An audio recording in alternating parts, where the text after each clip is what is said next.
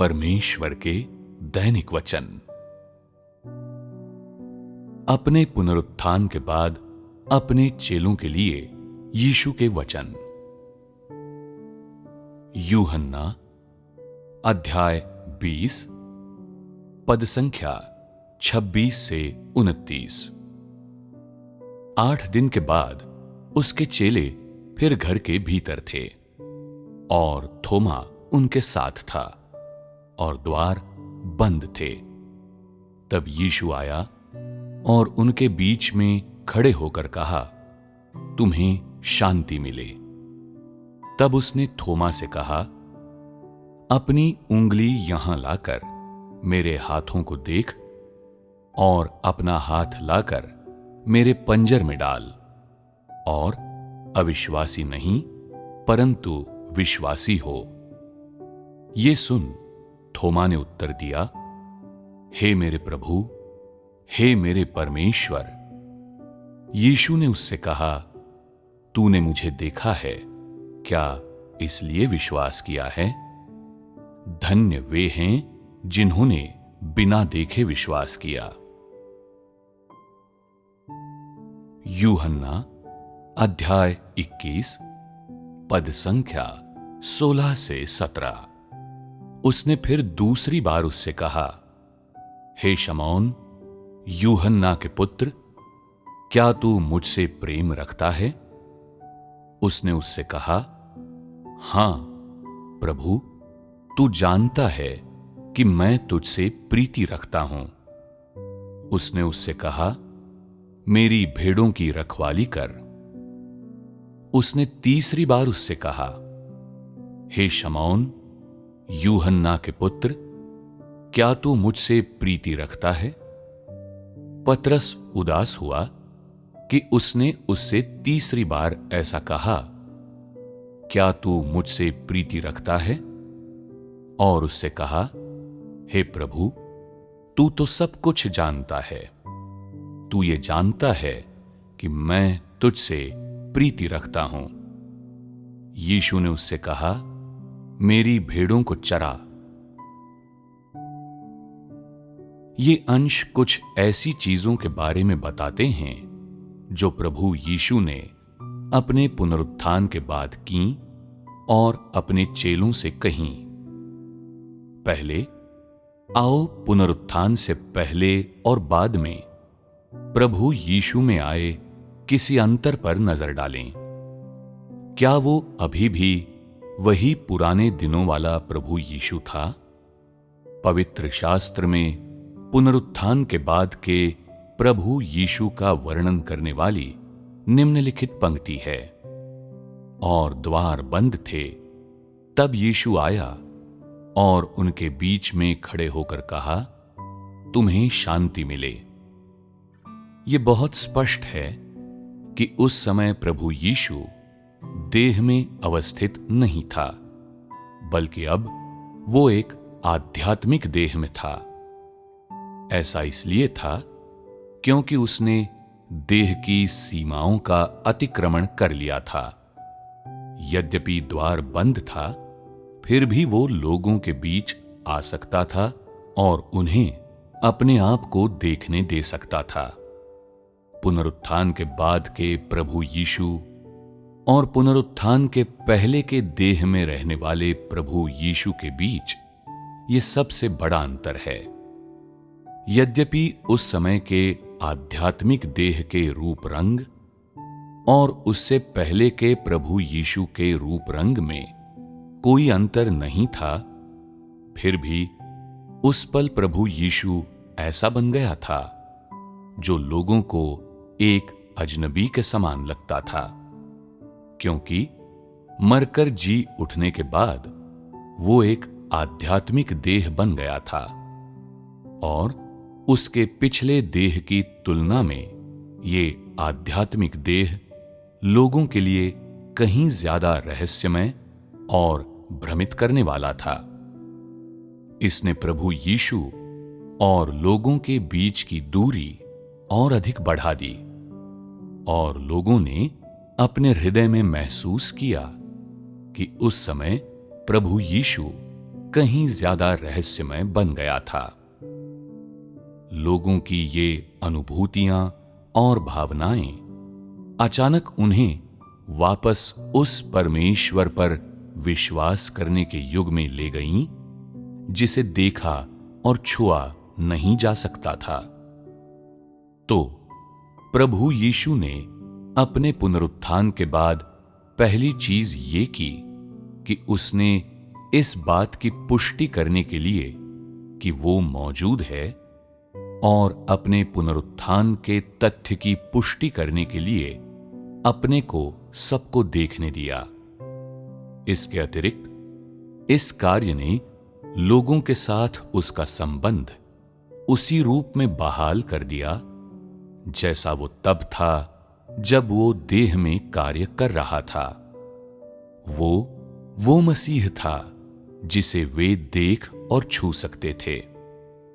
इसका एक परिणाम यह है कि लोगों को इस बात में कोई संदेह नहीं रहा कि सूली पर चढ़ाए जाने के बाद प्रभु यीशु मरकर पुनः जी उठा है और उन्हें मानव जाति को छुड़ाने के प्रभु यीशु के कार्य में भी कोई संदेह नहीं रहा था।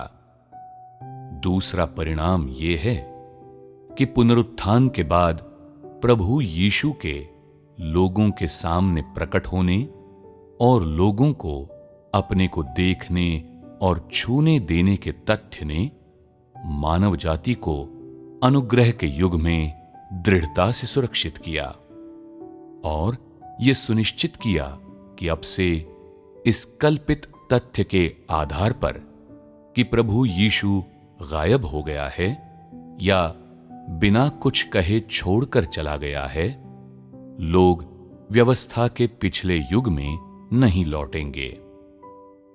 इस प्रकार उसने सुनिश्चित किया वे प्रभु यीशु की शिक्षाओं और उसके द्वारा किए गए कार्य का अनुसरण करते हुए लगातार आगे बढ़ते रहेंगे। इस प्रकार अनुग्रह के युग के कार्य में औपचारिक रूप से एक नया चरण खुल गया था और उस क्षण से व्यवस्था के अधीन रह रहे लोग औपचारिक रूप से व्यवस्था से बाहर आ गए और उन्होंने एक नए युग में एक नई शुरुआत में प्रवेश किया। पुनरुत्थान के बाद प्रभु यीशु के मानव जाति के सामने प्रकट होने के ये बहुआयामी अर्थ हैं। चूंकि प्रभु यीशु अब एक आध्यात्मिक देह में था, तो लोग उसे कैसे छू और देख सकते थे? इस प्रश्न का प्रभु यीशु के मानव जाति के सामने प्रकट होने के महत्व से संबंध है।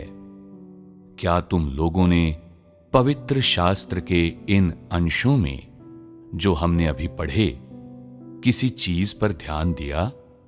सामान्यतः आध्यात्मिक देहों को देखा या छुआ नहीं जा सकता और पुनरुत्थान के बाद जो कार्य प्रभु यीशु ने हाथ में लिया था वो पहले ही पूर्ण हो चुका था।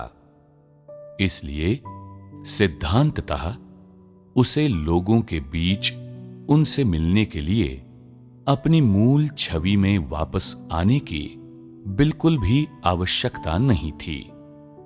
किंतु थोमा जैसे लोगों के सामने प्रभु यीशु की आध्यात्मिक देह के प्रकटन ने उसके प्रकटन के महत्व को और भी ज्यादा दृढ़ कर दिया, जिससे वो लोगों के हृदय में अधिक गहराई तक प्रवेश कर गया।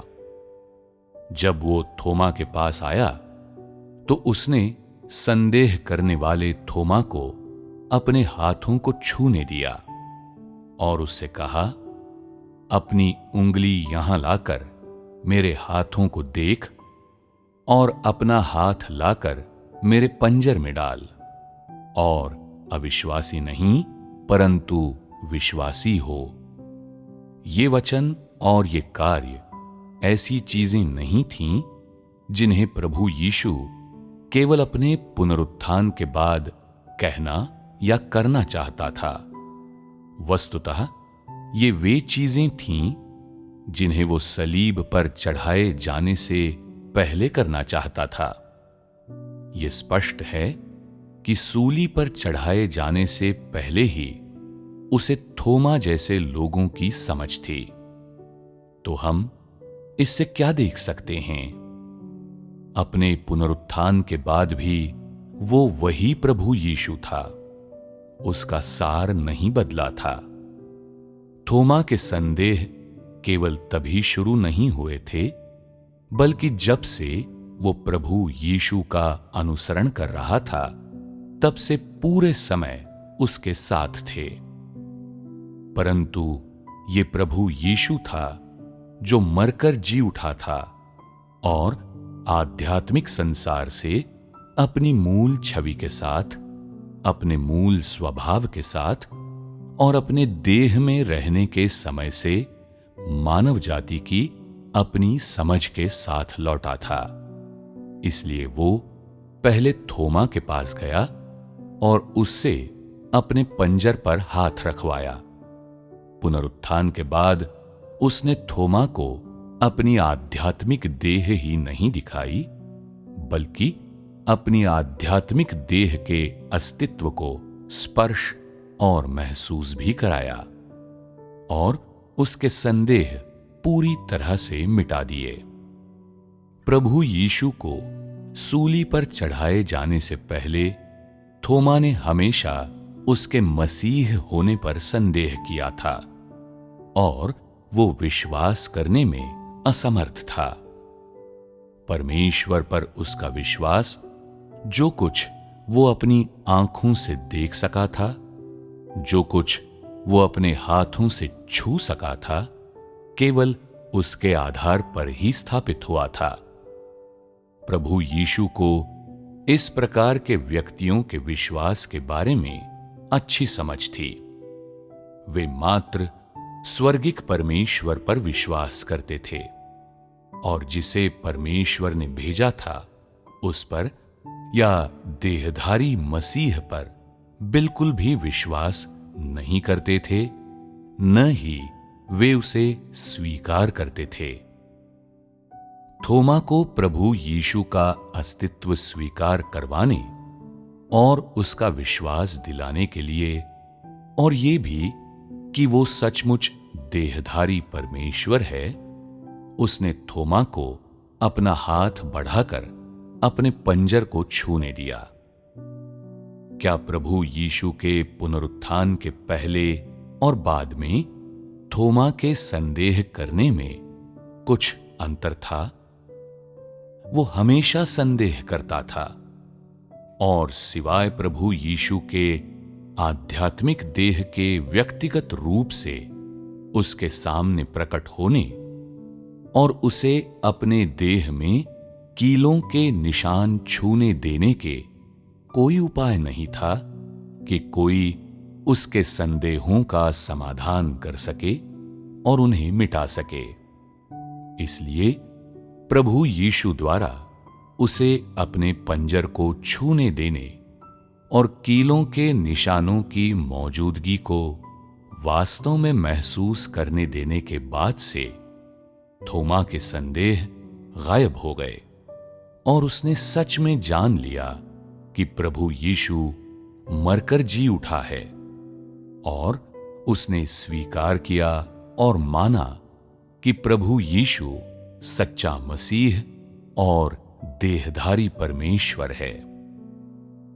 यद्यपि इस समय थोमा ने अब और संदेह नहीं किया, किंतु उसने मसीह से मिलने का अवसर हमेशा के लिए गंवा दिया था। उसने उसके साथ रहने, उसका अनुसरण करने और उसे जानने का अवसर हमेशा के लिए गंवा दिया था। उसने स्वयं को प्रभु यीशु द्वारा पूर्ण बनाए जाने का अवसर गंवा दिया था।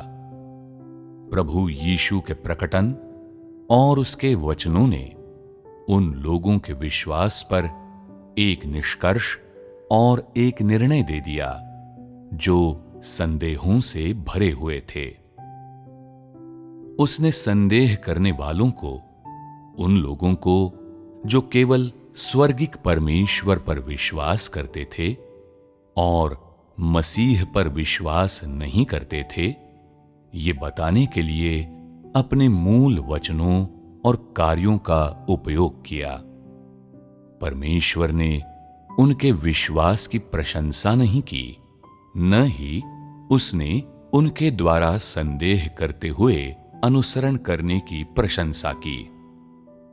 उनके द्वारा परमेश्वर और मसीह पर पूरी तरह से विश्वास करने का दिन ही परमेश्वर द्वारा अपना महान कार्य पूरा करने का दिन हो सकता था। निस्संदेह यही वो दिन भी था जब उनके संदेहों पर निर्णय दिया गया। मसीह के प्रति उनके रवैये ने उनका भाग्य निर्धारित कर दिया और उनके अड़ियल संदेह का मतलब था कि उनके विश्वास ने उन्हें कोई फल प्रदान नहीं किया और उनकी कठोरता का तात्पर्य था कि उनकी आशाएं व्यर्थ थीं। चूंकि स्वर्गिक परमेश्वर पर उनका विश्वास भ्रांतियों पर पला था और मसीह के प्रति उनका संदेह वास्तव में परमेश्वर के प्रति उनका वास्तविक रवैया था, इसलिए भले ही उन्होंने प्रभु यीशु के देह की कीलों के निशानों को छुआ था, फिर भी उनका विश्वास बेकार ही था और उनके परिणाम को बांस की टोकरी से पानी खींचने के रूप में वर्णित किया जा सकता था। वो सब व्यर्थ था। जो कुछ प्रभु यीशु ने थोमा से कहा, वो उसका हर एक व्यक्ति से स्पष्ट रूप से कहने का भी तरीका था। पुनरुत्थित प्रभु यीशु ही वो प्रभु यीशु है जिसने 33.5 वर्ष मानव जाति के बीच काम करते हुए बिताए थे।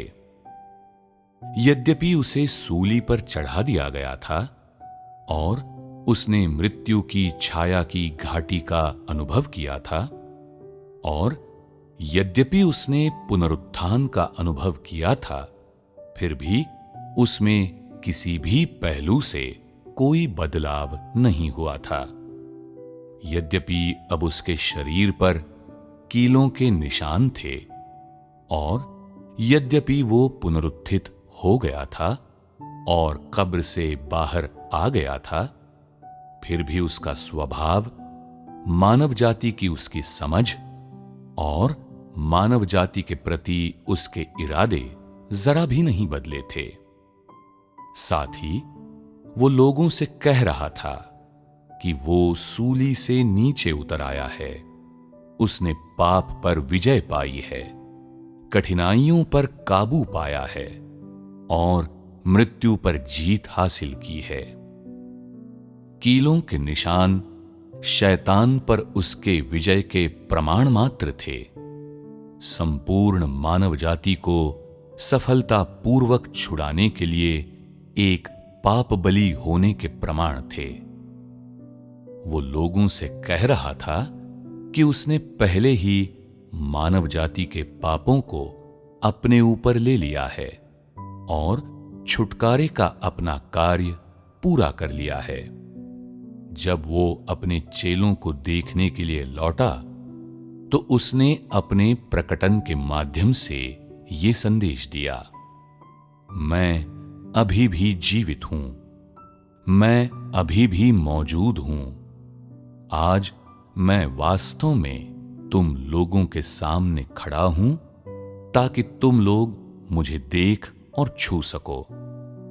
मैं हमेशा तुम लोगों के साथ रहूंगा।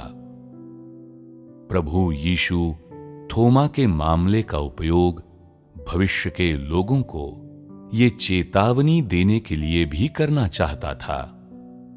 यद्यपि तुम प्रभु यीशु पर अपने विश्वास में उसे न तो देख सकते हो और न ही छू सकते हो, फिर भी तुम अपने सच्चे विश्वास के कारण धन्य हो और तुम अपने सच्चे विश्वास के कारण प्रभु यीशु को देख सकते हो और इस प्रकार का व्यक्ति धन्य है।